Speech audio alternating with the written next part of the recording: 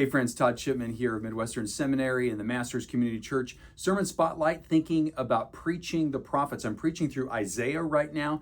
At the Masters Community Church, we'll be here a little over a year and a half, all the way through Isaiah.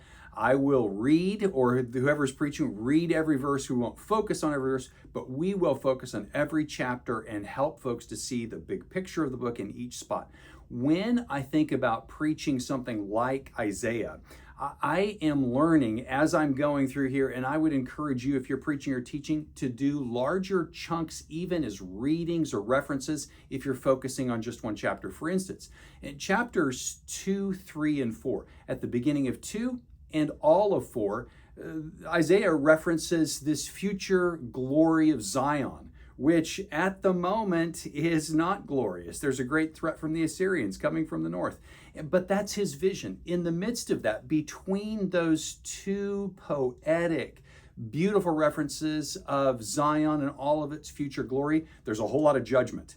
And if you don't help folks to see what brings that glory in the future and the judgment together, i.e., reforming behavior now in light of the hope to come, if we don't help people see that, it's just atomistic. It can sound like a whole lot of judgment without any promise. And if we talk about the promise without judgment, we don't help folks see Isaiah's ethics. So you have to bring it all together. And along the way here, I'm just in chapter 3 this Sunday.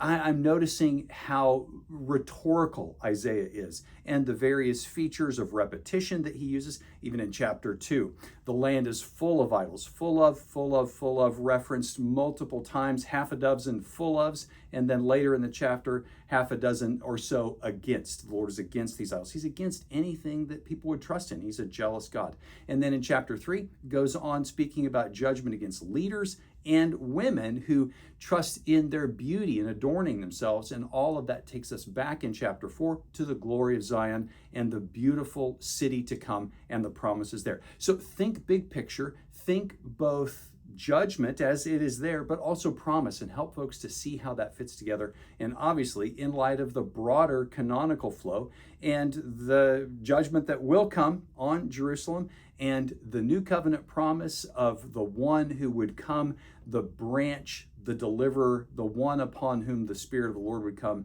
our Lord Jesus Christ. Hey, for more sermon spotlights, go to biblicalstudiestoday.com.